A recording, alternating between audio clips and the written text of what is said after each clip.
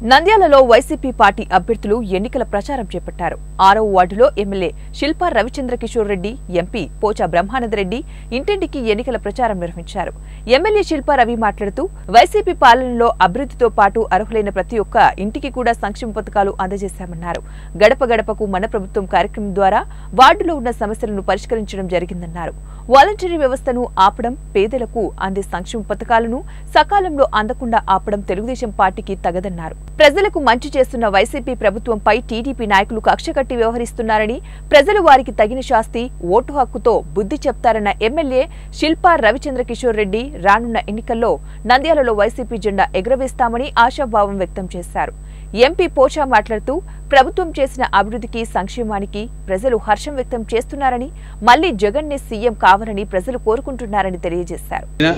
Pension రావాల్సింది అవ్వాతాతలకి, అక్క చెల్లెళ్ళకి, ఈరోజు వితంతు అక్క చెల్లెమ్మకి, అలాగే వికలాంగుల అన్న తమ్ముళ్ళకి, అక్క చెల్లెమ్మలకి రావాల్సిన ఈరోజు ఇంకా ఇప్పటిదాకా పెన్షన్ ఇవ్వలేనటువంటి పరిస్థితి.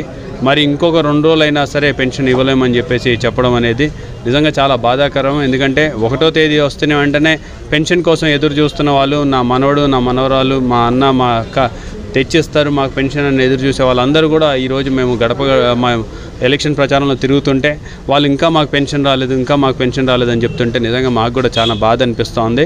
మరి వ్యవస్థ మీద ఇంత కక్షగట్టి, ఇంత కుళ్ళుతోటి ఈరోజు వ్యవహరిస్తున్నటువంటి తెలుగుదేశం పార్టీ నాయకులకి ఖచ్చితంగా ప్రజలు బుద్ధి చెప్తారు. ఎందుకంటే ఈరోజు వాళ్ళ పొట్టగొట్టినటువంటి పరిస్థితి, వాళ్ళు ఏదైతే 3,000 రూపాయలతోటి నెలంతా గడుపుతారో మరి ఆ పరిస్థితి ఈరోజు వాళ్ళకి కాకుండా చేసినటువంటి తెలుగుదేశం నాయకులకి రానున్న రోజుల్లో తగిన గుణపాఠం నేర్పిస్తారని చెప్పడంలో ఎటువంటి సందేహం లేదు.